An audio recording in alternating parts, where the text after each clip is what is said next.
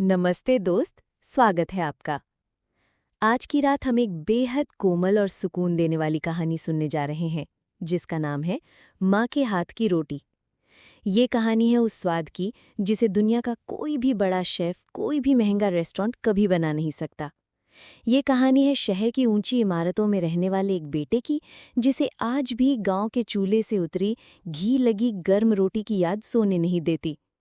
ये सिर्फ एक रोटी की कहानी नहीं है, ये उस आटे में गूंथे हुए माँ के प्यार, उस चूल्हे की आंच में पके हुए त्याग और उस गोल आकार में छिपे हुए अपनेपन की कहानी है, जिसे खाकर हम बड़े तो हो जाते हैं, लेकिन जिसकी भूख हमारे दिलों में हमेशा जिंदा रहती है। अगर ऐसी मीठी नींद लाने वाली कहानियाँ आपके दिल को छू जाती हैं, तो इस चैनल को ज़रूर सब्सक्राइब कीजिए। यहाँ हर 2 दिन में एक नई कहानी आती है, जो आपको सपनों की दुनिया में ले जाती है। और हाँ, बताइए ना, आप अभी किस शहर से सुन रहे हैं और इस वक्त आपकी घड़ी में कितने बजे हैं? आपके हर कमेंट, हर लाइक से मुझे लगता है कि आप यहीं कहीं हैं, सुन रहे हैं, महसूस कर रहे हैं और इस नींद भरी यात्रा में मेरे साथ चल रहे हैं।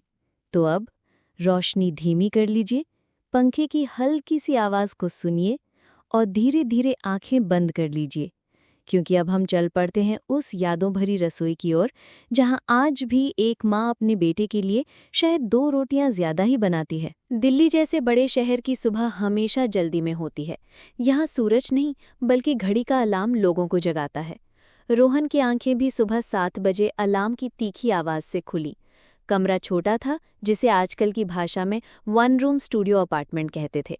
एक बिस्तर, एक छोटी सी मेज और खिड़की, जिसके बाहर दूसरे मकानों की दीवारें ही दिखती थी। आसमान का बस एक छोटा सा टुकड़ा नजर आता था। वो उठा, अलमारी से निकाले हुए कपड़े पहने और मेज पर रखे ठंडे सैंडविच को जल्दी जल्दी खाने लगा। ये उसका रोज का नियम था, भागते भागते ऑफिस पहुंचना, दिन भर कंप्यूटर की स्क्रीन पर आंखें गड़ाए रखना और शाम को थककर उसी छोटे से कमरे में लौट आना। शहर की सड़कों पर गाड़ियों का शोर, लोगों की भीड़ और हर चेहरे पर एक अनजानी सी जल्दी, ये उसकी दुनिया थी। एक ऐसी दुनिया जिसे पाने के लिए उसने अपना गांव, अपना घर, सब कुछ पीछे छोड़ दिया था। रात के 9 बज रहे थे। रोहन अपने कमरे के पास वाले एक छोटे से ढाबे पर खाना खा रहा था। ढाबे का मालिक उसे पहचानता था, इसलिए बिना पूछे ही थाली ले आया था। थाली में दाल, सब्जी और 4 रोटियां थीं, जो प्लास्टिक की पन्नी में लिपटी हुई थीं। खाना बेस्वाद नहीं था, पर उसमें कोई अपनापन भी नहीं था, बस पेट भरने का एक जरिया। रोहन ने पहली रोटी तोड़ी। वो हल्की सी खींच रही थी, जैसे मशीन से बनी हो और ठंडी होकर अकड़ गई हो। उसने एक टुकड़ा दाल में डुबोया और मुंह में रखा, और बस उसी एक पल में समय जैसे ठहर गया। आंखों के सामने ढाबे का धुंधला माहौल गायब हो गया और उसे याद आया अपना गांव का घर, वो छोटा सा आंगन और वहां चूल्हे के पास बैठी उसकी माँ सरला। उसे याद आया कैसे माँ मिट्टी के चूल्हे पर लकड़ियां लगाती थीं, लकड़ियों के जलने की चट-चट आवाज़, उठता हुआ हल्का सा धुआं और उस धुएं में घुली माँ के पसीने की महक। वो आटे को परात में लेकर धीरे-धीरे गूंथती थीं। उनकी उंगलियां सधे हुए अंदाज में चलतीं और हाथों में पहनी कांच की चूड़ियां हल्की-हल्की खनकती रहती। वो आवाज़ रोहन के लिए दुनिया का सबसे मीठा संगीत थी। आटा गूंथने के बाद माँ छोटे-छोटे गोले बनाती, जिन्हें लोई कहते थे। फिर चकले पर रखकर हल्के हाथों से बेलती। उनकी रोटी कभी टेढ़ी नहीं होती थी, हमेशा चांद की तरह गोल। रोहन अक्सर पास बैठकर देखता रहता और कहता, माँ मेरी रोटी पर मेरा नाम लिख दो। माँ मुस्कुराकर कहती, पगली, रोटी पर नाम नहीं लिखा जाता, रोटी में तो प्यार भरा जाता है। और फिर वो उस कच्ची रोटी को गर्म तवे पर डालती, एक तरफ से सिकते ही उसे पलट देती और फिर सीधे चूल्हे की आंच पर। आग के छूते ही रोटी गुब्बारे की तरह फूल जाती, सुनहरी, चित्तीदार, और उसकी खुशबू पूरे आंगन में फैल जाती। माँ पहली गर्म रोटी हमेशा रोहन की थाली में रखती, उस पर 1 चम्मच घी डालती। घी पिघलकर रोटी पर फैल जाता और रोहन उसे हाथ में लेकर फूंक फूंक कर खाता। उस रोटी का स्वाद हल्का सा धुएं वाला, नर्म और घी की महक से भरा होता था। वो दुनिया की किसी भी मिठाई से ज्यादा मीठा लगता था। और लेगा बेटा? माँ हमेशा पूछती और रोहन सिर हिला देता। वो तब तक खाता जब तक उसका पेट पूरी तरह भर नहीं जाता। रोटी खत्म हो गई साहब? ढाबे वाले की आवाज ने उसे वापस आज में खींच लिया। उसने देखा, उसकी थाली में रखी ठंडी बेजान रोटी का टुकड़ा अब भी दाल में डूबा हुआ था। उसकी आंखों के कोने हल्के से भीग गए थे। उसने जल्दी से आंसू पोंछे, पैसे दिए और चुपचाप अपने कमरे की ओर चल पड़ा। शहर की रात रोशनियों से भरी थी, लेकिन रोहन के दिल में गांव के उस चूल्हे का अंधेरा था जहां आज भी उसकी माँ शायद उसके इंतजार में 2 रोटियां ज्यादा ही बनाती होगी। उसे एहसास हुआ कि उसने शहर में सब कुछ पा लिया था, नौकरी, पैसा, एक छोटा सा घर, लेकिन वो सुकून खोया था जो सिर्फ माँ के हाथ की गर्म रोटी में मिलता था। कमरे में लौटकर रोहन ने बत्ती नहीं जलाई। खिड़की से छनकर आती सड़क की पीली रोशनी ही अंधेरे को काटने के लिए काफी थी। उसने अपना लैपटॉप खोला, काम करने की कोशिश की, लेकिन अक्षर स्क्रीन पर तैरते रहे। उसका मन अब भी गांव के उस कच्चे आंगन में बैठा था, जहां चूल्हे की आग की धीमी रोशनी दीवारों पर नाचती थी। उसने अपना मोबाइल उठाया और गैलरी खोलने लगा। कुछ तस्वीरें थीं, दोस्तों के साथ, ऑफिस की पार्टी की, शहर की ऊंची इमारतों की। सब में वो मुस्कुरा रहा था, लेकिन आज उसे अपनी ही मुस्कुराहट खोखली लग रही थी। उंगलियां अपने आप उस फोल्डर पर रुक गईं जिसका नाम था घर। एक तस्वीर थी जिसमें उसकी माँ आंगन में खड़ी थीं, चेहरे पर हल्की सी मुस्कान, साड़ी का पल्लू सिर पर और आंखों में वही ठहराव जो किसी गहरे कुएं में होता है, शांत और गहरा। रोहन उस तस्वीर को देखता रहा। उसे लगा जैसे माँ उससे पूछ रही हों, बेटा तू खुश तो है ना? उसने माँ का नंबर मिलाया, लेकिन कॉल का बटन दबाने से पहले ही हाथ रोक लिया। वो क्या कहेगा? माँ, मुझे तुम्हारी बहुत याद आ रही है। मुझे यहाँ का खाना अच्छा नहीं लगता। मुझे तुम्हारी रोटी खानी है। ये सब सुनकर माँ परेशान हो जाती। वो सोचती कि उनका बेटा शहर में दुखी है। नहीं, वो उन्हें अपनी चिंता नहीं दे सकता था। उसने तो वादा किया था कि वो शहर में बड़ा आदमी बनेगा, खुश रहेगा। फोन वापस मेज पर रखकर वो बिस्तर पर लेट गया और शहर की रात के शोर में उसे माँ की चूड़ियों की खनखनाहट सुनाई देती रही। अगले कुछ दिन ऐसे ही बीते। दिन ऑफिस की भागदौड़ में कट जाता, लेकिन रातें लंबी और अकेली होती। ऑफिस का माहौल बिल्कुल मशीनी था। हर कोई अपनी कुर्सी, अपनी फाइल और अपने टारगेट में उलझा हुआ। दोपहर में सब साथ बैठकर खाना खाते, पर बातें सिर्फ काम की होती। कोई किसी का सच्चा दोस्त नहीं था, सब बस सहकर्मी थे, एक दौड़ में भागते हुए प्रतियोगी। एक दिन ऑफिस में लंच के समय उसके साथ काम करने वाले सुमित ने अपना टिफिन खोला। यार, आज तो घर से आलू के पराठे आए हैं, माँ ने भेजे हैं, उसने गर्व से कहा। पराठों से उठते घी और अजवाइन की महक ने पूरे कमरे को भर दिया। सबने तारीफ की, रोहन भी मुस्कुराया, पर उसके भीतर एक गहरी फांस चुभ गई। उसे याद आया कि कैसे वो खेतों में काम करते हुए अपने पिता के साथ पेड़ की छांव में बैठकर खाना खाता था। माँ सुबह ही टिफिन तैयार कर देती थीं, मोटी मोटी रोटियां, गुड़ और आम का अचार। खेत का काम थका देने वाला होता था। धूप सिर पर होती और पसीना पीठ पर बहता, लेकिन उस मेहनत में एक सुकून था, एक अपनापन था। पिता के साथ काम करना, उनके साथ बैठकर खाना और फिर उसी मिट्टी में लेटकर आराम करना, वो जिंदगी कितनी सच्ची थी। और यहाँ एयर कंडीशन की ठंडी हवा थी, आरामदायक कुर्सी थी, लेकिन सुकून नहीं था। यहाँ का पसीना मेहनत का नहीं, बल्कि तनाव का था। यही सब सोचते हुए एक शाम वो अपने कमरे में लौटा ही था कि उसका फोन बजा। स्क्रीन पर माँ का नाम चमक रहा था। उसने एक गहरी सांस ली और फोन उठाया। हाँ माँ, उसकी आवाज़ में बनावटी उत्साह था। दूसरी तरफ से माँ की वही शांत, नर्म आवाज़ आई। कैसा है बेटा, खाना खा लिया? हाँ माँ, बस अभी खाया है। तुम कैसी हो, बाबा ठीक हैं? सब ठीक हैं। आज मैंने तेरी पसंद की लौकी की सब्जी बनाई थी, तो तेरी बहुत याद आई। माँ की आवाज़ में कोई शिकायत नहीं थी, बस एक खालीपन था जिसे रोहन मीलों दूर से भी महसूस कर सकता था। सोचा पूछ लूं, तूने रोटी खाई या नहीं? बस माँ का वो एक वाक्य रोहन के सब्र का बांध तोड़ गया। रोटी खाई या नहीं, ये सिर्फ एक सवाल नहीं था। ये माँ का सारा प्यार, सारी चिंता और सारा दुलार था, जो उन 4 शब्दों में सिमट आया था। उसकी आंखों से आंसू बहने लगे, लेकिन उसने अपनी आवाज़ को कांपने नहीं दिया। हाँ माँ, खा ली। तुम चिंता मत करना, उसने किसी तरह कहा। ठीक है बेटा, अपना ध्यान रखना, कहकर माँ ने फ़ोन रख दिया। फ़ोन कटते ही रोहन वहीं फर्श पर बैठ गया। अब वो अपनी भावनाओं को और नहीं रोक सका। वो उन दीवारों को घूरता रहा जो उसे हर रोज कैद करती थी। बाहर शहर की गाड़ियां दौड़ रही थीं, ऊंची इमारतों की बत्तियां जल रही थीं, दुनिया अपनी रफ्तार से चल रही थी। लेकिन रोहन को लगा कि वो इस दौड़ में बहुत पीछे, बहुत अकेला छूट गया है। ये चमक-दमक, ये नौकरी, ये तथाकथित सफलता, सब बेमानी है अगर उसमें माँ के हाथ का स्वाद और घर का सुकून शामिल न हो। उसने आंसू पोंछे, एक फैसला लिया और अपना लैपटॉप उठाया। उंगलियां कांप रही थीं, लेकिन इरादा पक्का था। उसने एक ट्रैवल वेबसाइट खोली, अपने गांव जाने वाली ट्रेन खोजी और बिना कुछ सोचे समझे अगले हफ्ते की एक टिकट बुक कर दी। बुकिंग कन्फर्म्ड, ये शब्द स्क्रीन पर चमका। टिकट को देखते हुए रोहन के चेहरे पर महीनों बाद पहली बार सच्ची शांति और सुकून की एक झलक आई। उसे लगा जैसे उसने सिर्फ एक ट्रेन की टिकट नहीं, बल्कि अपने घर वापसी का, अपनी जड़ों की ओर लौटने का और उस सुकून को फिर से पाने का रास्ता बुक कर लिया है जिसे वह शहर की भीड़ में खो आया था। अब बस इंतजार था उस सुबह का जब ट्रेन उसे वापस उसी मिट्टी की खुशबू की ओर ले जाएगी।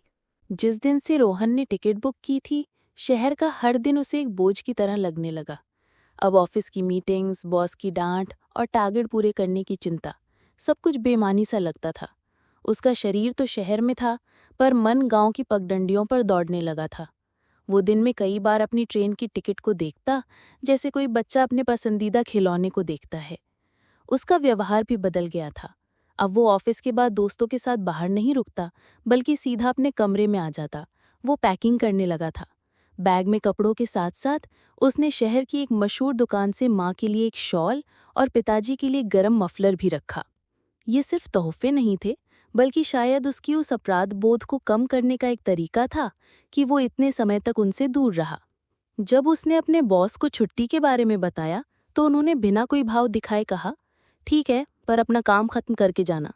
उनकी आवाज में कोई अपनापन नहीं था, बस एक पेशेवर औपचारिकता थी।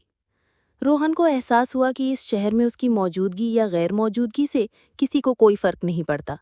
वो बस इस बड़ी सी मशीन का एक छोटा सा पुर्जा था जिसे बदला जा सकता था। आखिरकार यात्रा का दिल आ ही गया। सुबह से ही उसके दिल में एक अजीब सी हलचल थी, वैसी ही जैसी बचपन में मेले जाने से पहले होती थी। स्टेशन जाने के लिए टैक्सी ली तो रास्ते भर वो शहर को देखता रहा। वही ट्रैफिक, वही भीड़, वही दौड़ते भागते लोग, लेकिन आज ये सब उसे अपना नहीं, पराया लग रहा था। जैसे वो किसी फिल्म का दृश्य देख रहा है जिसका वो हिस्सा नहीं है। दिल्ली का रेलवे स्टेशन किसी चींटी के घर की तरह था, जहां हर कोई अपनी अपनी दिशा में दौड़ रहा था। कुलियों की आवाजें, अनाउंसमेंट का शोर और हजारों लोगों की भीड़। इस कोलाहल में रोहन को एक पल के लिए घबराहट हुई, लेकिन फिर उसे अपनी ट्रेन का प्लेटफॉर्म दिखा और उसके कदम अपने आप उस ओर बढ़ गए। वो इस भीड़ से निकलकर उस शांति की ओर जा रहा था जो उसका इंतजार कर रही थी। ट्रेन में अपनी सीट पर बैठकर उसने बैग नीचे रखा और गहरी सांस ली। ट्रेन धीरे धीरे चली तो पहले शहर की गंदी बस्तियां, फैक्ट्रियों की चिमनियां और फिर बड़ी बड़ी इमारतें पीछे छूटने लगी। रोहन खिड़की से बाहर देख रहा था। ये सिर्फ एक सफर नहीं था, ये समय में पीछे लौटने जैसा था।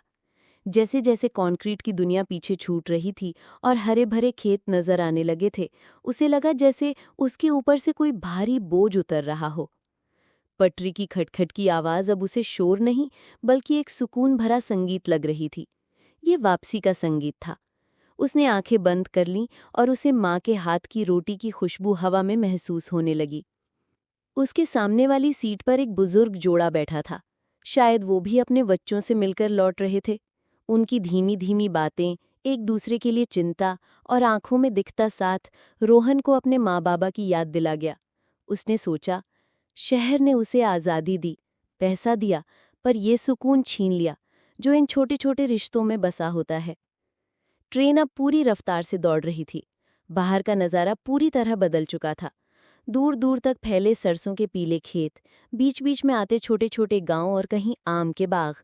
एक नदी के पुल से गुजरते हुए उसने कुछ बच्चों को पानी में खेलते देखा और उसे अपना बचपन याद आ गया। कैसे वो भी दोस्तों के साथ गांव की नदी में घंटों नहाता था, जब तक माँ आवाज लगाकर बुलाने ना आ जाए। वो सोचने लगा, घर पहुंचकर वो क्या करेगा? क्या वो माँ को बताएगा कि वो शहर में कितना अकेला था? क्या वो पिता से कहेगा कि उनकी याद आती थी? नहीं, शायद वो कुछ नहीं कहेगा। वो बस माँ के पास बैठेगा, उनके हाथ की बनी रोटी खाएगा और उस आंगन की खामोशी को महसूस करेगा। कभी कभी कुछ बातें कहने से ज्यादा महसूस करने के लिए होती हैं। शाम ढलने लगी थी, सूरज खेतों के पीछे छिप रहा था और आसमान नारंगी हो गया था। हवा में अब शहर के धुएं की गंध नहीं, बल्कि गीली मिट्टी और हल्की ठंडक की महक थी। ये जानी पहचानी महक थी, उसके अपने घर की, अपनी मिट्टी की। ट्रेन की रफ्तार धीमी होने लगी। बाहर छोटे छोटे स्टेशन आने लगे, जिनके नाम वो बचपन से सुनता आया था। उसका दिल जोर जोर से धड़कने लगा। कुछ ही देर में उसका स्टेशन आने वाला था। उसने अपना बैग उठाया और दरवाजे के पास आकर खड़ा हो गया। और फिर ट्रेन धीमी होते हुए प्लेटफॉर्म पर रुक गई। सामने बोर्ड पर लिखा था रामपुर। वही छोटा सा स्टेशन, वही टूटा फूटा शेड और वही पीपल का पेड़। सब कुछ वैसा ही था। रोहन ने दरवाजे से पहला कदम नीचे रखा और उसके पैरों ने जैसे अपनी धरती को पहचान लिया। हवा का एक झोंका आया, जिसमें धान के पुआल और चूल्हे के धुएं की मिली जुली खुशबू थी। उसने एक गहरी सांस ली। वो घर आ गया था। रामपुर स्टेशन पर ज्यादा भीड़ नहीं थी। कुछ लोग उतरे, कुछ चढ़े और ट्रेन कुछ ही मिनट में सीटी बजाकर आगे बढ़ गई। प्लेटफॉर्म पर एक अजीब सी शांति पसर गई, जिसे सिर्फ पीपल के पत्तों की सरसराहट और दूर सड़क से आती किसी साइकिल की घंटी की आवाज तोड़ रही थी। रोहन कुछ पल वहीं खड़ा रहा, उस हवा को महसूस करते हुए जिसमें शहर का भारीपन नहीं था। उसने अपना बैग कंधे पर डाला और स्टेशन से बाहर निकलकर गांव की ओर जाने वाली कच्ची सड़क पर चल पड़ा। ये रास्ता उसके लिए अनजाना नहीं था। हर मोड़, हर पेड़, हर पुराना कुआं, सब कुछ जैसे उसकी यादों में बसा हुआ था। सूरज अब डूबने को था और आसमान में सिंदूरी रंग फैल गया था। ये गोधूली वेला थी, जब गायें भैंसें अपने घरों को लौट रही थी और उनके खुरों से उड़ती धूल सूरज की आखिरी किरणों में सोने की तरह चमक रही थी। रास्ते में उसे गांव के शर्मा चाचा अपनी दुकान बंद करते हुए मिले। उन्होंने रोहन को देखते ही आवाज लगाई, अरे रोहन, तू कब आया बेटा? रोहन ने झुककर उनके पैर छुए। बस अभी पहुंचाऊं चाचा। शर्मा चाचा ने उसकी पीठ थपथपाई। बड़ा अच्छा किया जो आ गया। तेरी माँ रोज याद करती थी, कहती थी मेरा बेटा शहर में अकेले रोटी बनाता होगा। उनकी बातों में वही पुराना अपनापन था, जो शहर में हजारों लोगों के बीच भी नहीं मिलता। आगे बढ़ने पर उसे कुछ बच्चे धूल में खेलते हुए मिले। वे उसे नहीं पहचानते थे, लेकिन रोहन को लगा जैसे वो उन्हीं बच्चों में अपना बचपन देख रहा हो। दूर गांव के मंदिर से आरती की घंटियों की आवाज आने लगी। ये आवाज, ये धूल भरी शाम, ये धीमी रफ्तार वाली जिंदगी, यही तो थी जिसके लिए उसका दिल तरस रहा था। जैसे ही वो अपने घर वाली गली में मुड़ा, उसका दिल और जोर से धड़कने लगा। सामने ही उसका घर था, जिसके आंगन में लगा नीम का पेड़ हमेशा की तरह खड़ा था। घर का दरवाज़ा खुला हुआ था। अंदर से हल्की हल्की आवाज़ें आ रही थीं।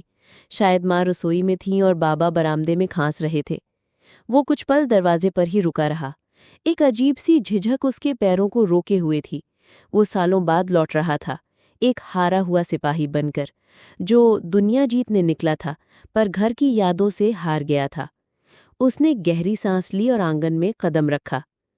बस इतना ही कह पाई वो, और फिर वो सब कुछ छोड़कर उसकी ओर दौड़ी।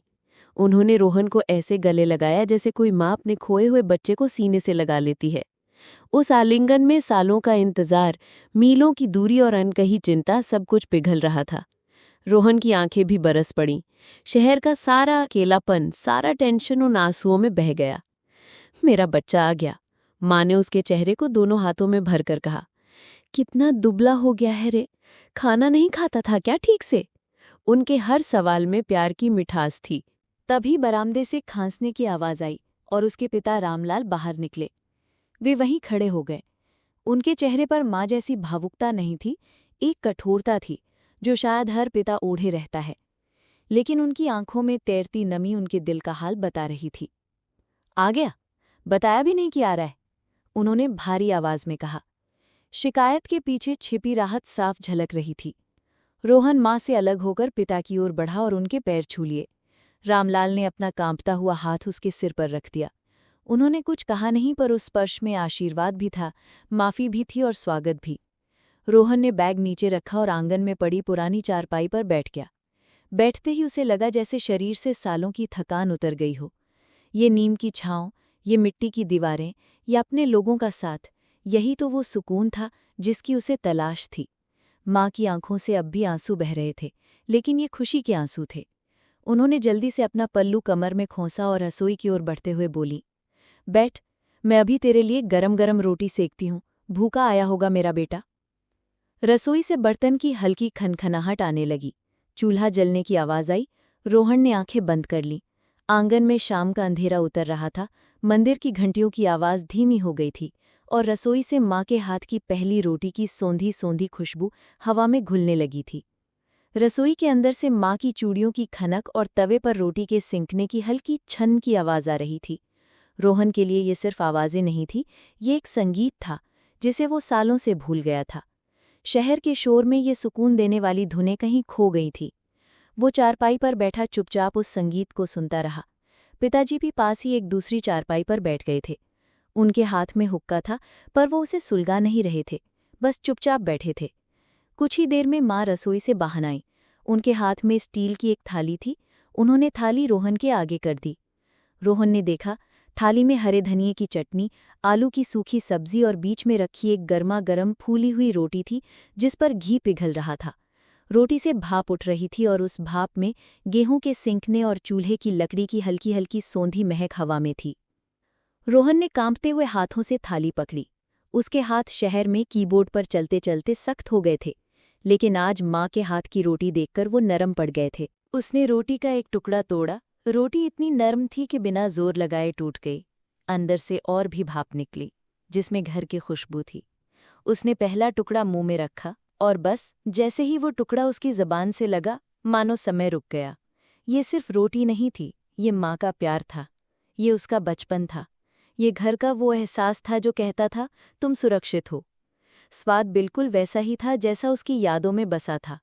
हल्का सा खारापन, घी की मिठास और गेहूं का वो अपनापन जो किसी भी महंगे रेस्टोरेंट के खाने में नहीं मिल सकता था।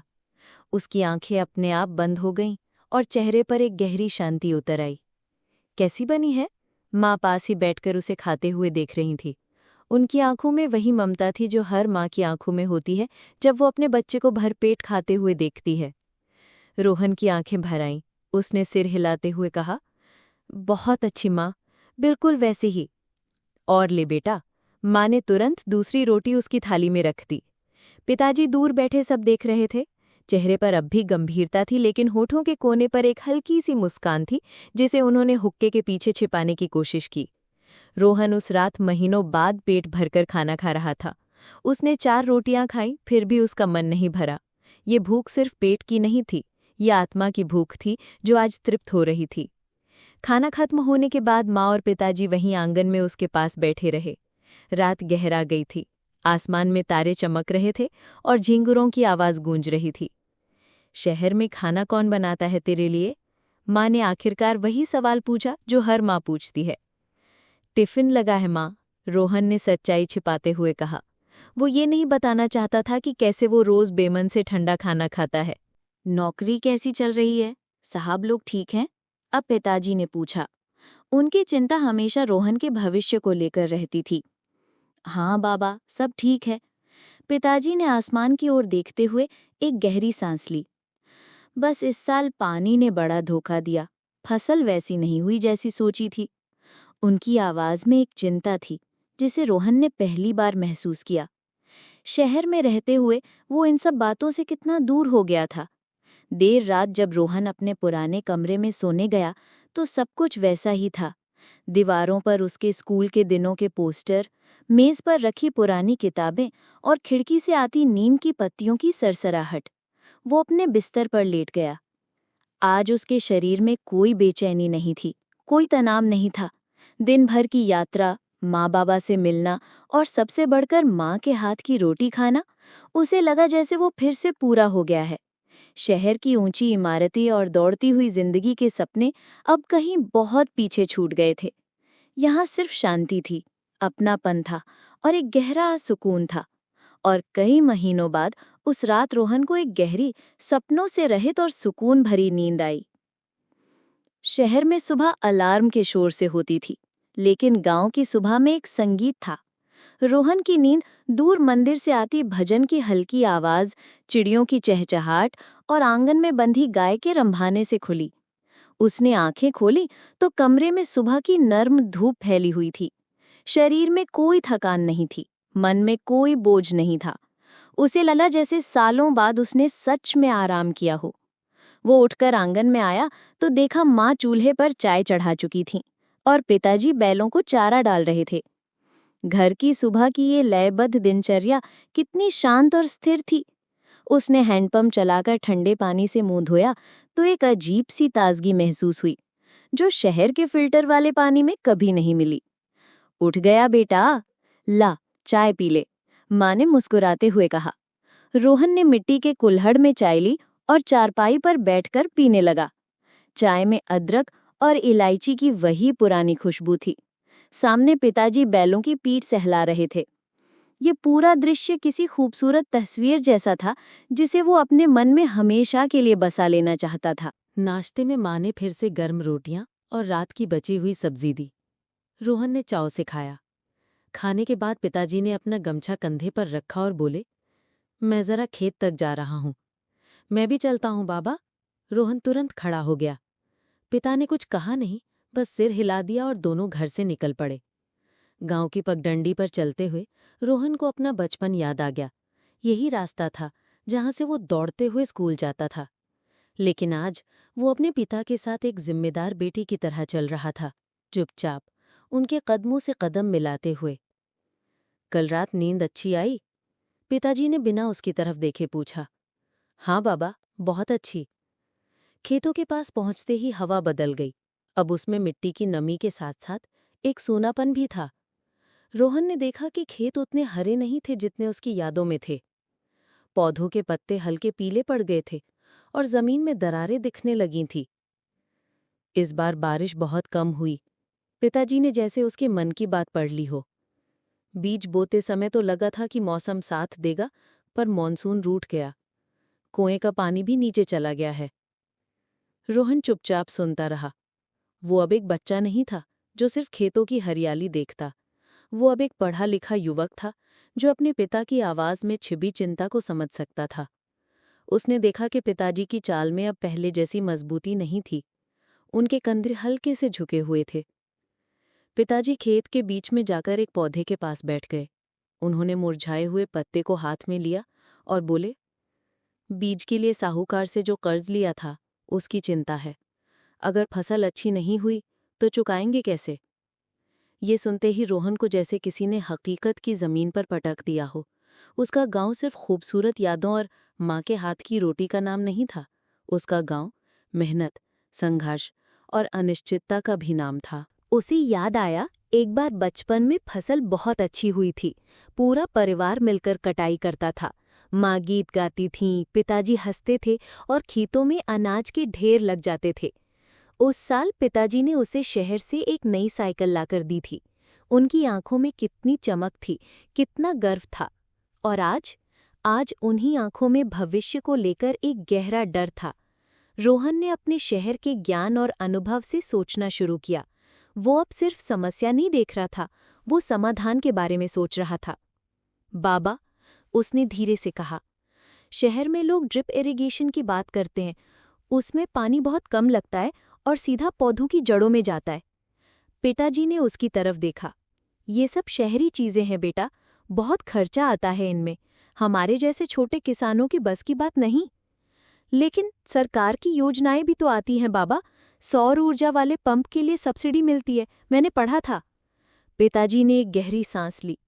कागजों में सब होता है बेटा, पर गांव तक पहुंचते पहुंचते योजनाएं दम तोड़ देती हैं। हमें तो बस इंद्र देवता पर ही भरोसा है। उनकी बातों में निराशा थी, एक ऐसी निराशा जो सालों के संघर्ष के बाद आती है। रोहन को एहसास हुआ कि उसके पिता और गांव के दूसरे किसान सिर्फ मौसम से नहीं, बल्कि पूरे सिस्टम से लड़ रहे थे। दोनों चुपचाप घर की ओर लौट चले। रोहन के मन में अब उथल-पुथल मची हुई थी। वो घर आया था सुकून पाने के लिए, अपनी जड़ों से जुड़ने के लिए। लेकिन अब उसे लग रहा था कि इन जड़ों को पानी की जरूरत है, नई सोच की जरूरत है। उसका यहाँ आना सिर्फ एक छुट्टी नहीं हो सकता, शायद किस्मत उसे यहाँ किसी और वजह से खींच कर लाई थी। उसका मकसद अब बदल रहा था। सुकून तो उसे मिल गया था, पर अब वो उस सुकून को अपने परिवार और अपने गांव के लिए भी कमाना चाहता था। उस रात की गहरी नींद के बाद रोहन के मन में कुछ बदल गया था। वो घर सिर्फ आराम करने नहीं आया था, ये बात अब उसे साफ समझ आ गई थी। अगले कुछ दिन उसने अपने पिता के साथ खेतों में बिताए। वो चुपचाप उनके साथ काम करता, मिट्टी की नमी को महसूस करता और उस चिंता को समझने की कोशिश करता जो हर किसान के चेहरे पर लिखी थी। लेकिन वो शहर की आदतें अपने साथ लाया था, और उनमें से एक थी किसी भी समस्या का समाधान खोजना। गांव के बाकी लोग जहां सिर्फ आसमान की ओर देखकर बारिश का इंतजार कर रहे थे, वहीं रोहन अपने मोबाइल फोन में उम्मीद तलाश रहा था। आंगन के जिस कोने में सबसे अच्छा नेटवर्क आता, वो वहीं बैठकर घंटों इंटरनेट पर सरकारी योजनाओं के बारे में पढ़ता। वो कृषि विभाग की वेबसाइट खंगालता, किसानों के लिए बनी योजनाओं के वीडियो देखता और सौर ऊर्जा पंप पर मिलने वाली सब्सिडी का पूरा हिसाब किताब समझता। माँ उसे देखती तो मुस्कुराकर कहती, शहर की पढ़ाई अब खेत में काम आ रही है। पिताजी कुछ नहीं कहते, बस दूर से देखते रहते। उनकी आंखों में शक भी था और शायद एक दबी हुई उम्मीद भी। रोहन समझ गया था कि अकेले अपने पिता को मनाना मुश्किल होगा। उनकी सोच में सालों का अनुभव और पारंपरिक खेती का विश्वास बसा था। उसे किसी ऐसे साथी की जरूरत थी जो उसकी और गांव वालों के बीच की कड़ी बन सके। उसे अपने बचपन के दोस्त विकास का ख्याल आया। विकास गांव के उन कुछ नौजवानों में से था जो पढ़ाई पूरी करके वापस खेती में लग गया था। वो नई चीजें आजमाने से डरता नहीं था, बस उसे सही रास्ता दिखाने वाला कोई नहीं था। शाम को रोहन विकास के घर पहुंचा। विकास उसे देखकर हैरान भी हुआ और खुश भी। दोनों दोस्त आंगन में चारपाई पर बैठकर पुरानी बातें करने लगे। बातों बातों में रोहन ने उसे सौर ऊर्जा पंप और ड्रिप इरिगेशन के बारे में बताया। देख विकास, रोहन ने अपना मोबाइल दिखाते हुए कहा, सरकार सौर ऊर्जा पंप लगाने के लिए 70% तक की सब्सिडी दे रही है। मतलब अगर 1 लाख का खर्चा है तो हमें सिर्फ 30,000 देने होंगे। विकास की आंखों में चमक आ गई। हाँ यार, सुना तो मैंने भी था, पर यह सब होता कैसे है? किससे मिलना पड़ता है? ये सब कौन बताए? मैं बताऊंगा, रोहन ने आत्मविश्वास से कहा। मैंने सारी जानकारी निकाल ली है। अगर हम 4-5 किसान मिलकर एक समूह बना ले और आवेदन करें तो शायद हमारा काम हो जाए। विकास तुरंत तैयार हो गया। ये तो बहुत बढ़िया बात है। गांव के और भी लड़के हैं जो नया कुछ करना चाहते हैं। चल, कल शाम को चौपाल पर सबको इकट्ठा करते हैं। अगली शाम गांव के पुराने पीपल के पेड़ के नीचे कुछ नौजवान किसान इकट्ठा हुए। कुछ बुजुर्ग भी उत्सुकतावश वहां आ बैठे। रोहन के पिताजी भी दूर खड़े होकर सब देख रहे थे। रोहन को थोड़ा घबराहट महसूस हुई। शहर में बड़े बड़े क्लाइंट्स को प्रेजेंटेशन देना अलग बात थी और अपने ही गांव के लोगों को समझाना अलग। उसने हिम्मत करके बोलना शुरू किया। उसने सरल भाषा में सबको सौर ऊर्जा पंप की योजना समझाई कि कैसे इससे बिजली का बिल बचेगा, कैसे पानी की कमी के बावजूद वे समय पर सिंचाई कर पाएंगे और कैसे समूह में आवेदन करने से खर्चा और भी कम हो जाएगा। उसकी बातें सुनकर वहां मिली-जुली प्रतिक्रिया हुई। विकास और 2-3 नौजवानों को उसकी बात में दम लगा, लेकिन कुछ बुजुर्ग किसानों ने संदेह जताया। एक चाचा बोले, बेटा, ये सब सरकारी चक्कर है। दफ्तरों के 100 चक्कर लगवाएंगे और आखिर में पैसा बाबू लोग खा जाएंगे। हमारे हाथ कुछ नहीं आएगा। दूसरे ने कहा, हमारे बाप दादा ने कभी इन मशीनों से खेती नहीं की, हम तो बस राम भरोसे चलते हैं। रोहन जानता था कि ये शक स्वाभाविक है।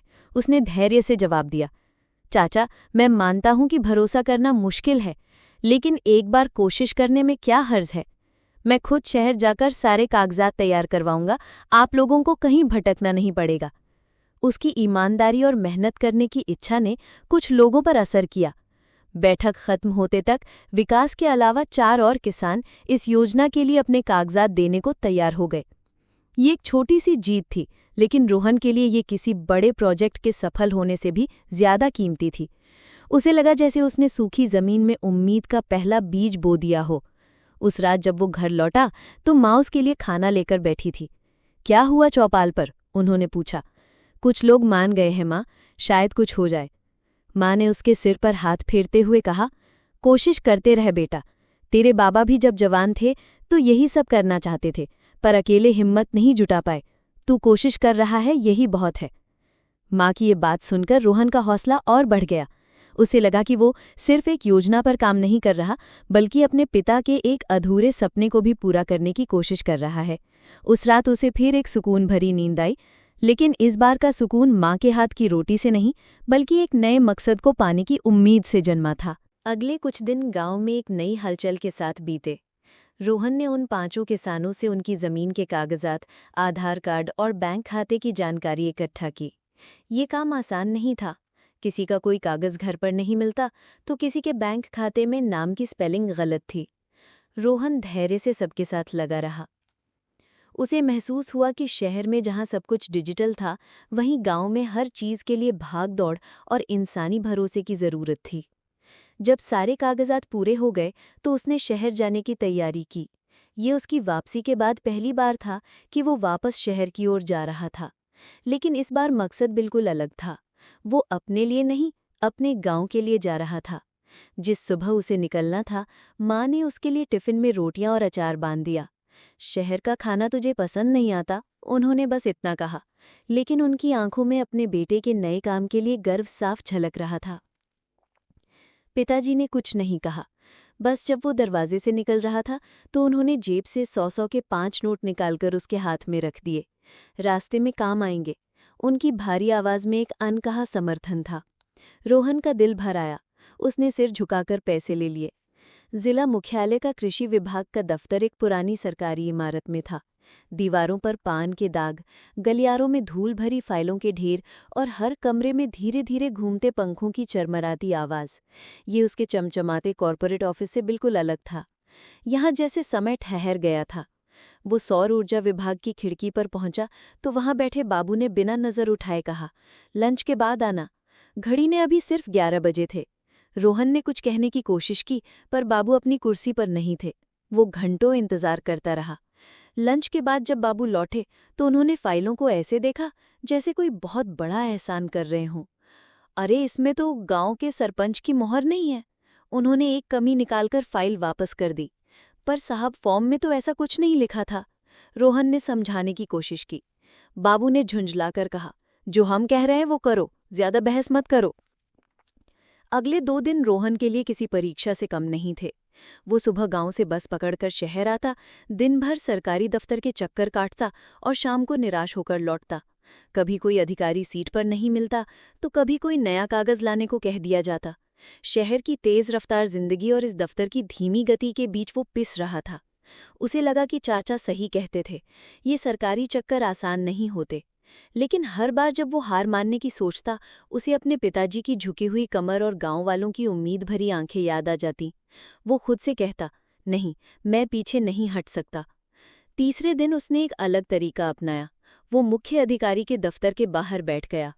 जब अधिकारी बाहर निकले तो रोहन ने नमस्ते करके कहा, सर, मैं रामपुर गांव से आया हूं, बस 5 मिनट आपकी मदद चाहिए। शायद उसकी पढ़ी लिखी भाषा और आत्मविश्वास से भरे अंदाज ने अधिकारी पर असर किया। उन्होंने उसे अंदर बुलाया। रोहन ने बिना वक्त गंवाए अपनी बात रखी। उसने बताया कि कैसे गांव के 5 नौजवान किसान मिलकर सौर ऊर्जा पंप के लिए आवेदन करना चाहते हैं। उसने योजना के सरकारी नियमों का भी हवाला दिया और समझाया कि वे सब सब्सिडी के लिए पात्र हैं। उसने ये भी कहा कि अगर ये योजना सफल हो गई तो उनके गांव के और किसान भी प्रेरित होंगे। अधिकारी ने ध्यान से उसकी सारी बातें सुनी। उन्होंने उसकी फाइल देखी और मुस्कुराकर कहा, तुम शहर में काम करते थे क्या पहले? जी सर, रोहन ने कहा। तुम्हारी तैयारी देखकर ही लग रहा है। ठीक है, मैं तुम्हारी फाइल आगे बढ़ा देता हूँ। अगले हफ्ते जांच के लिए हमारे विभाग से कोई गांव आएगा। सब सही रहा तो काम हो जाएगा। ये सुनकर रोहन को लगा जैसे किसी ने उसके मुरझाए हुए मन पर पानी डाल दिया हो। ये पूरी जीत नहीं थी, पर एक बड़ी शुरुआत थी। उसने अधिकारी को धन्यवाद दिया और दफ्तर से बाहर निकला। आज उसके कदमों में एक नई ऊर्जा थी। उस शाम जब वो गांव लौटा तो उसने चौपाल पर सबको इकट्ठा किया और पूरी बात बताई। उसने समझाया कि कैसे सरकारी दफ्तर में काम होता है और कैसे अगले हफ्ते जांच के लिए साहब लोग गांव आएंगे। सब लोग ये सुनकर हैरान थे कि काम इतनी जल्दी आगे बढ़ गया। जिन लोगों ने पहले शक किया था वे भी अब रोहन को सम्मान की नज़र से देखने लगे थे। विकास ने उसकी पीठ थपथपाते हुए कहा, मान गए यार रोहन, तूने तो कमाल कर दिया। जो काम हम सालों से नहीं कर पाए तूने 3 दिन में कर दिखाया। उस रात घर पर पिताजी चुपचाप उसकी बातें सुन रहे थे। जब सब चले गए तो उन्होंने बस इतना कहा, जांच के लिए लोग आएंगे तो उन्हें खेत ठीक से दिखाना। उनकी आवाज में अब शक नहीं, एक भरोसा था। रोहन समझ गया कि उसने सिर्फ सरकारी फाइल ही नहीं बल्कि अपने पिता के मन में विश्वास की एक नई परत भी आगे बढ़ा दी थी। अब पूरे गांव को अगले हफ्ते का इंतजार था। अगला एक हफ्ता गांव के लिए इंतजार का हफ्ता था। हवा में एक अजीब सी बेचैनी और उम्मीद घुली हुई थी। जिन 5 किसानों ने रोहन का साथ देने का फैसला किया था वे अब हर रोज सुबह शाम उससे मिलने आ जाते। कुछ पता चला रोहन भाई? साहब कब तक आएंगे? उनके हर सवाल में एक बच्चे जैसी उत्सुकता होती थी जिसने पहली बार कोई सपना देखा हो। रोहन उन्हें धैर्य बंधाता और इस इंतजार के समय को तैयारी में बदल देता। उसने सबके साथ मिलकर खेतों के नक्शे तैयार किए, ये हिसाब लगाया कि पंप कहाँ लगेगा ताकि सबको बराबर पानी मिल सके, और आवेदन में लिखी हर बात को जमीनी तौर पर सच साबित करने की पूरी तैयारी कर ली। इस दौरान रोहन सिर्फ योजनाओं पर ही काम नहीं कर रहा था, वो हर सुबह अपने पिता के साथ खेतों में भी जाने लगा। शहर की नरम जिंदगी ने उसके शरीर को सख्त मेहनत की आदत से दूर कर दिया था। पहले 2-3 दिन उसके लिए बहुत मुश्किल थे। कुदाल चलाते हुए उसके हाथों में छाले पड़ गए, धूप में काम करते हुए उसकी पीठ दुखने लगती और शाम तक उसका शरीर टूट जाता। वो चुपचाप दर्द सहता रहा। माँ उसके हाथों पर हल्दी का लेप लगाती और कहती, क्यों इतनी मेहनत करता है बेटा, तू इन सब का आदी नहीं है? रोहन बस मुस्कुराकर कहता, आदत डालनी पड़ेगी माँ, अपनी मिट्टी की आदत सबसे अच्छी होती है। पिताजी कुछ नहीं कहते, बस चुपचाप उसे काम करते हुए देखते रहते। वो देखते कि कैसे रोहन फावड़ा चलाना सीख रहा है, कैसे वो पौधों को बिना तोड़े खरपतवार निकालना सीख रहा है। वो देखते कि शहर से लौटा उनका बेटा अब सिर्फ सलाह देने वाला बाबू नहीं बल्कि पसीना बहाने वाला एक किसान बन रहा था। एक शाम जब दोनों खेत से काम खत्म करके लौट रहे थे और सूरज ढल रहा था, पिताजी ने पहली बार अपनी चुप्पी तोड़ी। मैं भी जब तेरी उम्र का था ना तो ऐसे ही बड़े बड़े सपने देखता था। सोचता था कि ट्रैक्टर लाऊंगा, खेत में नया बीज डालूंगा।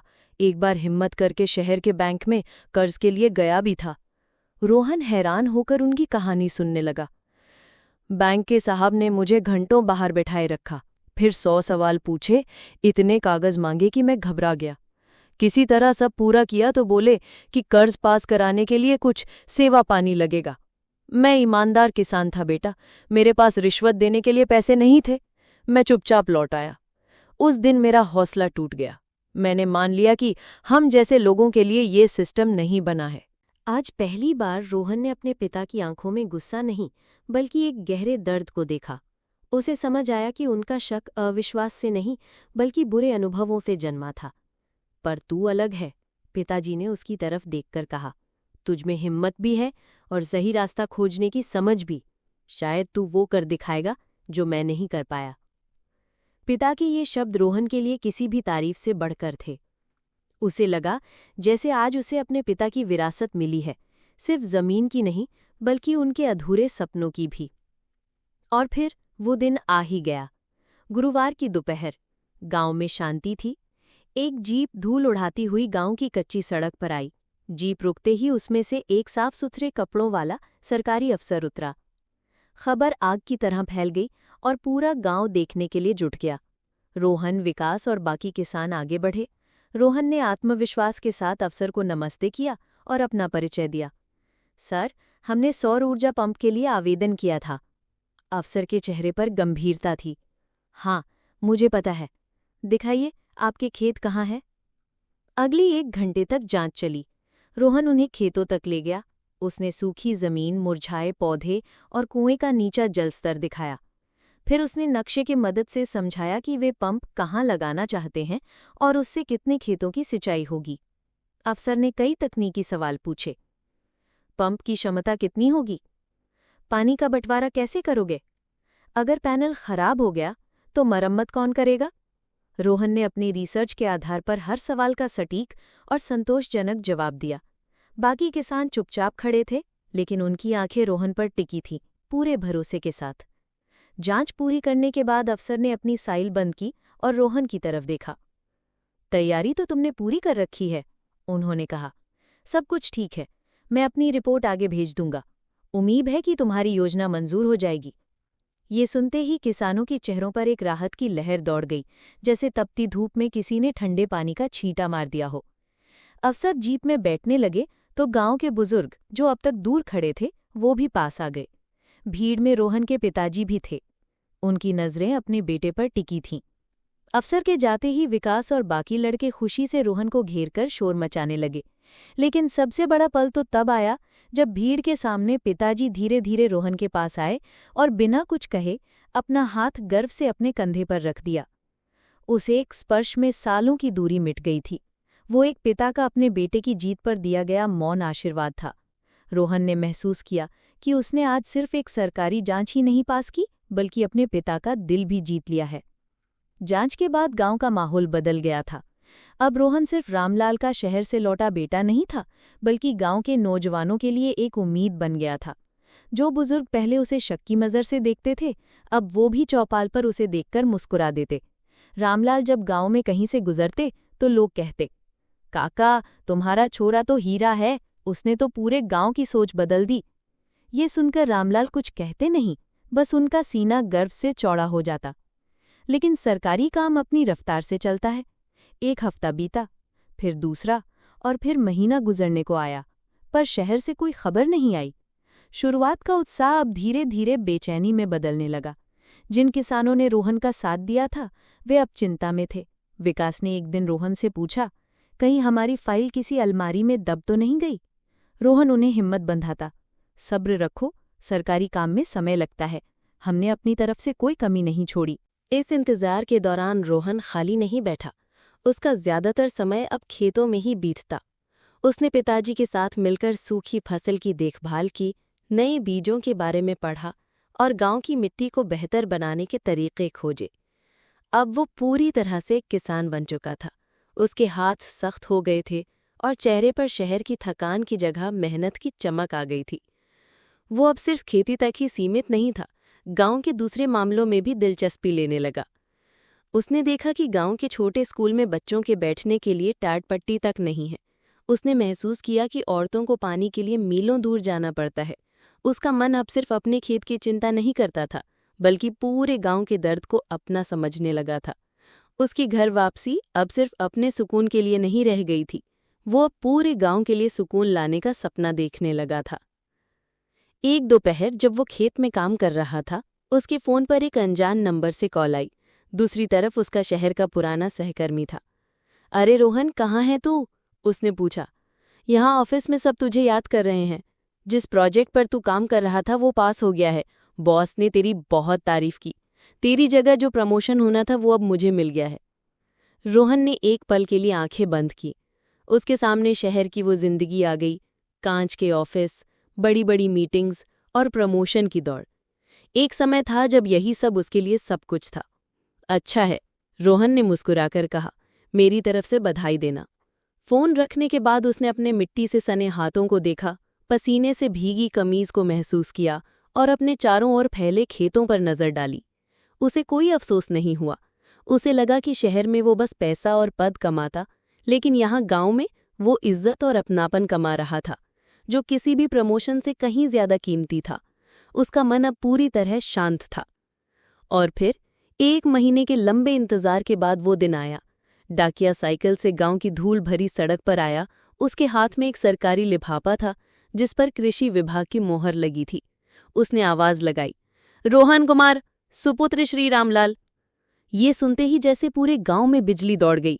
रोहन दौड़कर बाहर आया। उसके पीछे पीछे माँ, पिताजी और आस पड़ोस के लोग भी आ गए। विकास और बाकी किसान भी खबर सुनकर चौपाल से भागे चले आए। सबकी नजरें उस भूरे रंग के लिफाफे पर टिकी थीं जिसमें उनके महीने भर की इंतजार का जवाब बंद था। रोहन के हाथ कांप रहे थे।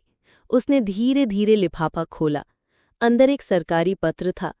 सबकी सांसें रुकी हुई थीं। रोहन ने पत्र पढ़ना शुरू किया। उसकी आवाज पहले तो धीमी थी, फिर जैसे जैसे वो पढ़ता गया उसकी आवाज में एक चमक और ऊंचाई आती गई।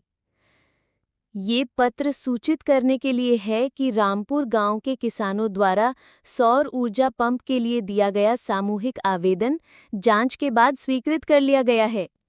ये सुनते ही एक पल के लिए सन्नाटा छा गया, जैसे किसी को अपने कानों पर यकीन न हो रहा हो। और फिर वो सन्नाटा एक जोरदार जयकारे में बदल गया। विकास ने दौड़कर रोहन को अपने कंधों पर उठा लिया। गांव के लोग हंसने लगे, तालियां बजाने लगे। जिन चाचा ने कभी शक किया था, वे आज रामलाल को गले लगाकर कह रहे थे, रामलाल मान गए तेरे बेटे को, ये लड़का नहीं हमारे गांव की किस्मत है। रामलाल की आंखों से आंसू बह रहे थे, लेकिन ये बेबसी के नहीं, गर्व के आंसू थे। माँ दौड़कर घर से गुड़ की डली निकाल लाई और सबका मुंह मीठा कराने लगी। कंधों पर बैठे रोहन ने चारों ओर देखा, खुशियों से भरे चेहरे, अपने पिता की आंखों में गर्व और अपनी माँ के हाथों से मिलता मीठा गुड़। उसने महसूस किया कि सुकून का असली मतलब आज उसे समझ आया था। सुकून सिर्फ माँ के हाथ की रोटी में नहीं था, सुकून अपने लोगों के चेहरों पर खिली इस मुस्कान में था। लेकिन खुशी की खबर जितनी तेजी से फैलती है, उतनी ही तेजी से जिम्मेदारी का एहसास भी कराती है। योजना की मंजूरी के बाद रोहन के लिए अगला कदम था उस योजना को हकीकत में बदलना। कुछ ही दिनों में सरकारी सब्सिडी का पैसा उनके समूह के साझा बैंक खाते में आ गया। अब इंतजार करने का समय नहीं था, बल्कि काम करने का था। रोहन, विकास और समूह के बाकी लड़के अगले ही दिन शहर जाने वाली पहली बस में बैठ गए। उनके चेहरे पर एक नई चमक थी और आंखों में एक बड़ा सपना। शहर में उन्होंने सबसे अच्छी कंपनी के सौर ऊर्जा पैनल और पानी का पंप खरीदा। हर चीज का हिसाब किताब रोहन ने अपनी डायरी में लिख रखा था। उसे ऐसा महसूस हो रहा था जैसे वो अपने ऑफिस का कोई बड़ा प्रोजेक्ट संभाल रहा हो। लेकिन इस प्रोजेक्ट में मुनाफा नहीं, गांव वालों की उम्मीदें दांव पर लगी थी। जब ट्रक पर लदकर सौर ऊर्जा के बड़े बड़े पैनल और भारी भरकम पंप गांव पहुंचे, तो उन्हें देखने के लिए पूरा गांव जमा हो गया। बच्चों के लिए ये किसी जादू से कम नहीं था। वे उन चमकते हुए नीले पैनलों को छू छू कर देख रहे थे। अब सबसे बड़ी चुनौती थी इन्हें लगाने की। शहर की कंपनी ने कहा था कि वो अपने इंजीनियर भेजेंगे, लेकिन उसमें हफ्ता भर लग जाता। हम इंतजार नहीं करेंगे, रोहन ने सबसे कहा, हम इसे खुद लगाएंगे।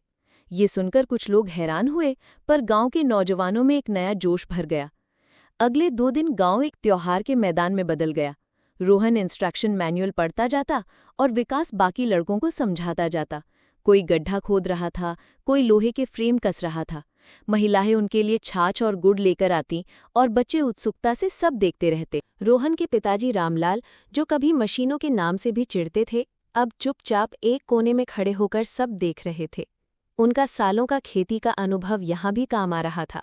बेटा, फ्रेम को थोड़ा और गहरा गाड़ो, यहाँ की मिट्टी नरम है, आंधी में उखड़ जाएगा। उन्होंने धीरे से रोहन को सलाह दी। रोहन ने तुरंत उनकी बात मानी। उस दिन पहली बार मशीन और अनुभव एक साथ काम कर रहे थे। और फिर 2 दिनों की कड़ी मेहनत के बाद वो पल आया। खेत के एक ऊंचे हिस्से पर सौर ऊर्जा के पैनल सूरज की रोशनी में चमक रहे थे और पास ही नया नवेला पंप धरती से पानी खींचने के लिए तैयार था। पूरा गांव उस जगह इकट्ठा हो गया था। सबकी नजरें उस एक स्विच पर टिकी थीं, जिससे उनकी किस्मत जुड़ी थी। हवा में एक खामोश इंतजार था, एक गहरी प्रार्थना थी। रोहन धीरे धीरे अपने पिता के पास गया। बाबा, उसने कहा, ये सब आपकी हिम्मत के बिना नहीं हो सकता था, आप ही इसे शुरू कीजिए। रामलाल की आंखें भर आईं, उनके हाथ कांप रहे थे। उन्होंने अपने बेटी के कंधे पर हाथ रखा और फिर कांपते हुए हाथों से पंप का स्विच दबाया। एक पल के लिए सन्नाटा छा गया। फिर एक हल्की घरघराहट की आवाज आई और फिर एक जोरदार आवाज के साथ पाइप से मोटी धार सूखी, फटी हुई जमीन पर गिरने लगी। वो सिर्फ पानी नहीं था, वो गांव की उम्मीद थी जो बरसों के सूखे के बाद बह निकली थी। ये देखते ही गांव वालों की खुशी का ठिकाना नहीं रहा। बच्चे दौड़कर पानी में कूद गए, एक दूसरे पर छींटे उड़ाने लगे और खिलखिलाकर हंसने लगे। औरतें अपनी साड़ी के पल्लू से खुशी के आंसू पोंछ रही थी। किसान दौड़कर आगे बढ़े, उस पानी को अपनी हथेलियों में भरकर माथे से लगा लिया, जैसे वो कोई पवित्र गंगा जल हो। रोहन दूर खड़ा ये सब देख रहा था। उसने अपने माता पिता के चेहरे की ओर देखा। मां मुस्कुरा रही थी और उनकी आंखों में बेटे के लिए असीम गर्व था। और पिताजी? पिताजी उस बहते हुए पानी को देख रहे थे। उनकी आंखों में एक बच्चे जैसी हैरानी थी और सालों की चिंता के बाद का गहरा सुकून था। रोहन को आज माँ के हाथ की ओटी से भी गहरा सुकून मिला। उसे समझ आया कि असली घर वापसी यही है, जब आप सिर्फ अपने लिए नहीं बल्कि उन लोगों के लिए कुछ करते हैं जो आपकी जड़ें हैं। उसका मकसद पूरा हो गया था। वो धीरे धीरे अपने पिता के पास जाकर खड़ा हो गया। रामलाल ने उसे देखा। उनकी आंखों में आंसू थे। उन्होंने कुछ कहा नहीं, बस अपना हाथ आगे बढ़ाकर रोहन को अपनी सीने से लगा लिया।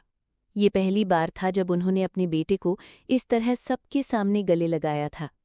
बेटा, उन्होंने रोहन की पीठ थपथपाते हुए भारी आवाज में कहा, आज तूने सिर्फ खेत को नहीं, इस गांव की सूखी आत्मा को पानी दिया है। पंप से निकला पानी सिर्फ खेतों की प्यास नहीं बुझा रहा था, बल्कि गांव वालों के मुरझाए हुए मन को भी सींच रहा था।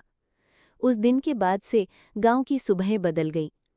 अब किसान चिंता में आसमान की ओर नहीं ताकते थे, बल्कि एक भरोसे के साथ अपने खेतों की ओर जाते थे। अगले कुछ हफ्तों में गांव का नक्शा ही बदल गया। जो खेत पहले सूखे और पीले दिखते थे, अब वहां हरियाली की चादर बिछ गई थी। सूखी फटी हुई धरती जैसे धीरे धीरे भर रही थी। ऊपर सूरज की रोशनी में सौर ऊर्जा के पैनल चमकते और नीचे पंप बिना रुके धरती से जीवन खींचकर खेतों तक पहुंचाता। रोहन अब सिर्फ रामलाल का बेटा नहीं रहा, वो पूरे गांव का रोहन भाई बन चुका था। वो अब सिर्फ अपने खेत पर काम नहीं करता, बल्कि गांव के दूसरे किसानों की भी मदद करता है। उसने अपनी शहरी समझ का सही इस्तेमाल करना शुरू कर दिया था।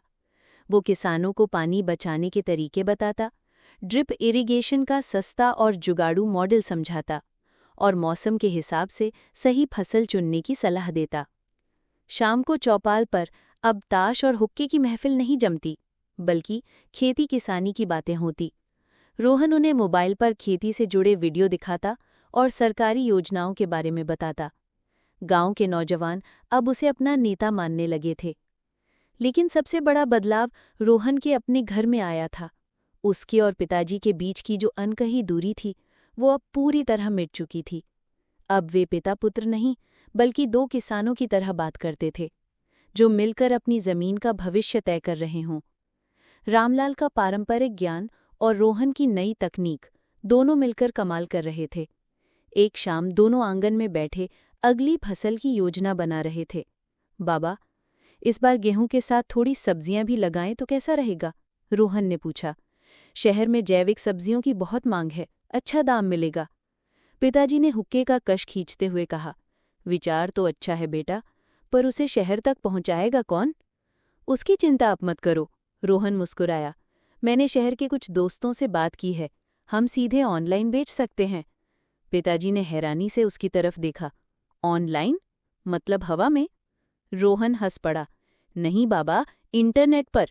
अब दुनिया बदल गई है, हमें भी बदलना होगा। पिताजी ने कुछ नहीं कहा, बस मुस्कुरा दिए। उस मुस्कान में अब शक नहीं, बल्कि अपने बेटे पर पूरा विश्वास था। माँ दूर खड़ी दोनों को देख रही थीं। उनकी आंखों में संतोष की चमक थी। उनका परिवार अब पूरा हो चुका था। रोहन आज भी माँ के हाथ की रोटी उसी चाव से खाता था, लेकिन अब उस रोटी में सिर्फ बीती हुई यादों का स्वाद नहीं, बल्कि आने वाले कल की उम्मीद की मिठास भी। एक दिन जब वो खेत से लौटा तो उसने अपना लैपटॉप खोला। बहुत दिनों बाद उसने अपने ऑफिस की ईमेल देखी। बॉस के कई मेल आए थे उसे वापस बुलाने के लिए। एक नए पद का ऑफर था, ज्यादा तनख्वाह का लालच भी था। रोहन ने एक पल के लिए शहर की उस जिंदगी के बारे में सोचा। फिर उसने खिड़की से बाहर देखा। सामने हरे भरे खेत हवा में लहरा रहे थे, बच्चे खेल रहे थे और चौपाल पर बैठे बुजुर्ग हंस रहे थे। उसने एक नई ईमेल लिखनी शुरू की। आदरणीय सर, आपके प्रस्ताव के लिए धन्यवाद, लेकिन मैंने अपना असली काम खोज लिया है। मैं अब अपने गांव में अपनी मिट्टी के साथ काम कर रहा हूं। यहाँ पद छोटा है, तनख्वाह भी नहीं है, पर जो सुकून और संतोष है वो दुनिया की कोई भी नौकरी नहीं दे सकती। मैं अब वापस नहीं आऊंगा। सेंड का बटन दबाते ही उसे लगा जैसे उसने अपनी पुरानी जिंदगी का आखिरी धागा भी तोड़ दिया है और अब वो पूरी तरह से आज़ाद है। कुछ महीने बाद फसल कटाई का समय आया। ये सौर ऊर्जा पंप लगने के बाद की पहली बड़ी फसल थी। गांव में किसी त्योहार जैसा माहौल था। खेतों में सोने जैसी गेहूं की बालियां हवा में झूम रही थीं और हर किसान के चेहरे पर एक गहरी संतुष्टि थी। इस साल पैदावार पिछले कई सालों से दोगुनी हुई थी। कटाई के दिन पूरा गांव एक साथ खेतों में उतरा। औरतें गीत गा रही थीं, मर्द हंसते हंसते फसल काट रहे थे और बच्चे खुशी से उछल रहे थे। शाम को रोहन अपने माता पिता के साथ अपने खेत की मेड़ पर खड़ा था। सूरज डूब रहा था। उसकी सुनहरी रोशनी पकी हुई फसल पर पड़कर उसे और भी खूबसूरत बना रही थी। बहुत सही समय पर लौट कर आया तू बेटा, पिताजी ने उसके कंधे पर हाथ रखकर कहा। रोहन ने अपने चारों तरफ देखा, लहलहाते खेत, खुशहाल लोग और संतुष्ट माता पिता। उसने महसूस किया वो घर सुकून खोजने आया था, लेकिन यहाँ रहकर उसने पूरे गांव के लिए सुकून पैदा कर दिया था। उसकी घर वापसी अब पूरी हुई थी। उस फसल के बाद गांव में जैसे एक नई सुबह हुई। वो सिर्फ एक फसल नहीं थी, बल्कि गांव वालों के टूटे हुए आत्मविश्वास का इलाज थी। सौर ऊर्जा पंप की सफलता ने गांव के दूसरे किसानों को भी हिम्मत दी। देखते ही देखते रोहन की अगुवाई में 2 और किसान समूहों ने सरकारी योजनाओं के लिए आवेदन कर दिया। गांव की एकता अब चौपाल की बातों में नहीं, बल्कि खेतों में साथ बहते पसीने में दिखती थी। 1 साल बीत गया। गांव अब वही पुराना बेबस गांव नहीं था। खेतों में अब साल में 2 फसलें लहलहाती थीं। किसानों के घरों की कच्ची दीवारें धीरे धीरे पक्की होने लगी थीं। और सबसे बड़ा बदलाव गांव के स्कूल में आया था। गांव की बढ़ी हुई आमदनी से सबने मिलकर स्कूल के लिए एक छोटा सा कमरा बनवाया था। बच्चों के लिए नई टाट पट्टियां खरीदी गई। रोहन हर शाम गांव के बच्चों को पढ़ाता भी था। वो उन्हें सिर्फ किताबी ज्ञान नहीं देता, बल्कि अपनी मिट्टी से जुड़े रहने की सीख भी देता था। एक ऐसी ही शाम थी। रोहन ने रोटी का पहला टुकड़ा तोड़ा और मुंह में रखा। स्वाद अब भी वही था, माँ के हाथ का, घर का, अपनेपन का। लेकिन आज इस स्वाद में एक और चीज घुली हुई थी, संतोष। 1 साल पहले जब उसने ये रोटी खाई थी, तो वो शहर की थकान और अकेलेपन से टूटा हुआ एक मुसाफिर था, जो सुकून की तलाश में था। आज वो एक किसान था, एक बेटा था, जिसने न सिर्फ अपना सुकून पाया था, बल्कि उसे अपने पूरे गांव में बांटा भी था। थक गया होगा बेटा, माँ ने उसे देखते हुए कहा। रोहन ने मुस्कुराकर जवाब दिया, थकान तो होती है माँ, पर अब इस थकान में सुकून है। ये सुनकर माँ की आंखें भर आईं। तभी पिताजी भी खाट पर आकर बैठ गए। वो अब पहले से ज्यादा खुश और शांत रहते थे। उन्होंने रोहन की तरफ देखा और बोले, अच्छा हुआ बेटा कि तू शहर गया। कभी कभी दूर जाकर ही पास की चीजों की असली कीमत समझ आती है। रोहन ने उनकी आंखों में देखा। कीमत तो मैं समझ गया था बाबा, पर उस कीमत को चुकाने का रास्ता आप लोगों के पास लौटकर ही मिला। पिताजी मुस्कुरा दिए। असली तरक्की बड़ी बड़ी इमारतों में नहीं, अपनी मिट्टी को सोना बनाने में होती है। ये बात तूने हमसे भी बेहतर समझ ली। रोहन चुपचाप अपनी थाली में रखी रोटी को देखता रहा। ये सिर्फ गेहूं के आटे और पानी से बना एक गोला नहीं था, ये उसके पूरे सफर का प्रतीक थी। एक ऐसी यात्रा जो शहर की एक बेसहद ठंडी रोटी से शुरू हुई थी और आज गांव के चूल्हे पर सिकती इस गर्म, सुकून भरी रोटी पर आकर पूरी हुई थी। उस रात आंगन में तीनों देर तक बैठे रहे। आसमान में तारे थे, हवा में मिट्टी की सोंधी खुशबू थी और उनके बीच सालों का मौन नहीं, बल्कि एक गहरा शांत प्रेम था। रोहन को लगा, दुनिया का सबसे बड़ा सुकून शायद यही है, जब आपका पेट माँ के हाथ की रोटी से भरा हो और दिल अपने लोगों के प्यार से। उस रात चूल्हे की आंच में सिर्फ रोटी नहीं सिक रही थी, बल्कि एक बेटे के घर वापसी की कहानी पूरी हो रही थी। एक ऐसी कहानी जिसकी खुशबू अब सिर्फ एक आंगन में नहीं, बल्कि पूरे गांव में फैल चुकी थी। तो दोस्तों, ये थी रोहन और उसकी माँ के हाथ की रोटी की कहानी। एक कहानी जो हमें याद दिलाती है कि दुनिया का सबसे बड़ा सुकून और सबसे कीमती स्वाद माँ के आंचल और उनके हाथ के बने खाने में ही मिलता है। अगर इस कहानी ने आपके दिल के किसी कोने को छुआ हो और आपको ऐसी ही सुकून देने वाली नींद भरी कहानियां सुनना पसंद है, तो इस चैनल को ज़रूर सब्सक्राइब कीजिए। यहाँ हर रात हम एक नई कहानी के साथ आपके सपनों की दुनिया में दस्तक देते हैं।